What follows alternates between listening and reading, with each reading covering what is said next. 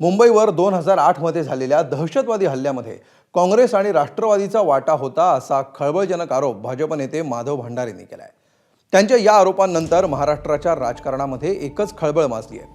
स्थानिक प्रशासनावर प्रभाव असलेल्या व्यक्तींच्या सहभागाशिवाय एवढा मोठा हल्ला होणं अशक्य आहे असा दावा भंडारेंनी केलाय।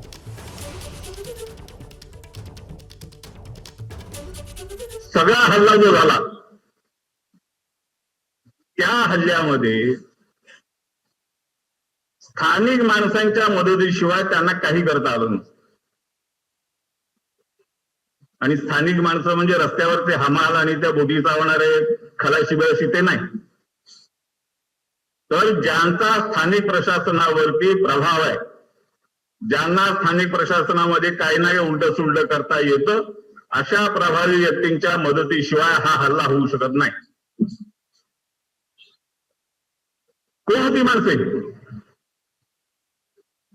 आज काळूराव राणाला आणलं, त्याच्यानंतर काँग्रेसवाले फार बुंबावून करायला लागले, कारण कदाचित त्या नाहीची माहिती त्या राणाकडून दिली जाईल असं वाटतंय।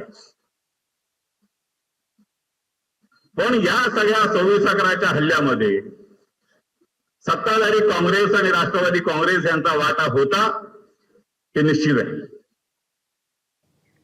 तर 26/11 हल्ल्याबाबत माधव भंडारेंनी केलेल्या दाव्यानंतर राजकीय वर्तुळात खळबळ उडाली। त्यानंतर या दाव्यांबाबत भंडारेंनी स्पष्टीकरणही दिलंय, पाहूया।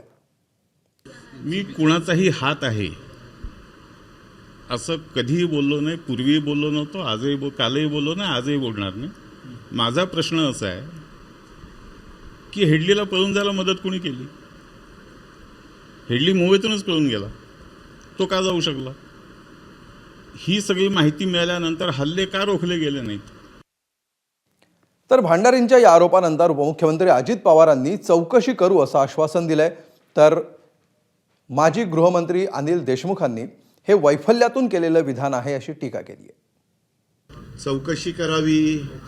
आज भारत सरकार आपल्या ताब्यात आहे, राज्य सरकार आपल्या ताब्यात आहे, पोलीस यंत्रणा आपल्या ताब्यात आहे। चौकशी करायची, चौकशी करून त्याच्यात तथ्य असेल तर जो दोषी असेल त्याच्यावर कारवाई करू। ज्ञानी माणसांनी अशा पद्धतीचं वक्तव्य करणं, मला वाटते बहुतेक भारतीय जनता पार्टीने त्यांना आतापर्यंत विधान परिषदेची उमेदवारी दिली नसावी। याच्यामुळे अशा पद्धतीच्या वैफल्यातून अशा पद्धतीचं वक्तव्य ते करत असावे असं मला वाटतं। तर माधव भंडारेंच्या या आरोपांवर काँग्रेस नेतेही आक्रमक झालेत। त्यांनी तर मुंबईवरील दहशतवादी हल्ल्याला तत्कालीन गुजरात सरकार जबाबदार असल्याचा दावा करत मोदींवर निशाणा साधलाय। काँग्रेसची सरकारने, राष्ट्रवादीची सरकारने कसाबला जिंदा पकडलो। दोषी कोण होता? दोषी गुजरात सरकार होती, भारतीय जनता पार्टीची गुजरात सरकार होती।